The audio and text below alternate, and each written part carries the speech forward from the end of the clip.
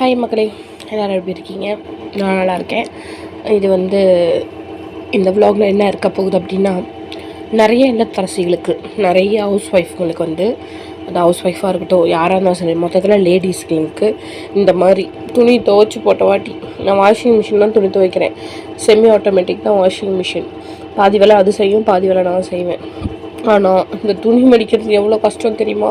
துணியை மடித்து அதை இடத்துல எடுத்து வைக்கிறது எவ்வளோ கஷ்டம் தெரியுமா? இது துணி மடிக்கணுன்னாலே எனக்கு ரொம்ப கஷ்டமாக இருக்குது, கவலையாக இருக்குது.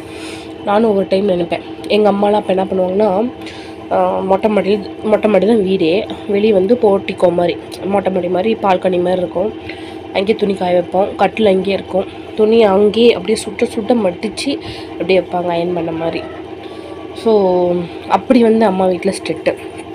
இங்கே நம்ம வீட்டில் என் வீட்டில் இங்கே துணி கிடக்கு.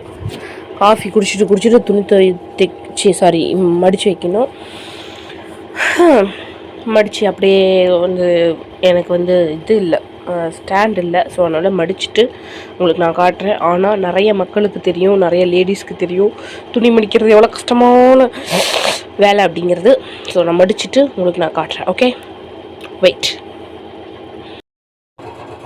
எல்லா துணியும் மடித்து வச்சாச்சு, மடித்து பாதி எடுத்து உள்ளே வச்சாச்சு. அதுக்கப்புறம் தான் வீடியோ ஞாபகமாக வந்துச்சு, மிச்சம் மீதி இருக்குது, இதையும் எடுத்து வைக்கணும் அந்த இடத்துல. ஸோ உங்களுக்கு இதே மாதிரி யாருக்கெல்லாம் லேடிஸ் கஷ்டமாக இருக்குன்னு சொல்லி கீழே கமெண்ட் பண்ணுங்கள். மறக்காமல் நம்மளோட சேனலை சப்ஸ்கிரைப் பண்ணுங்கள். அடுத்த ஒரு சூப்பரான விலாகில் உங்களை மீட் பண்ணுறேன். பாய் மக்களே.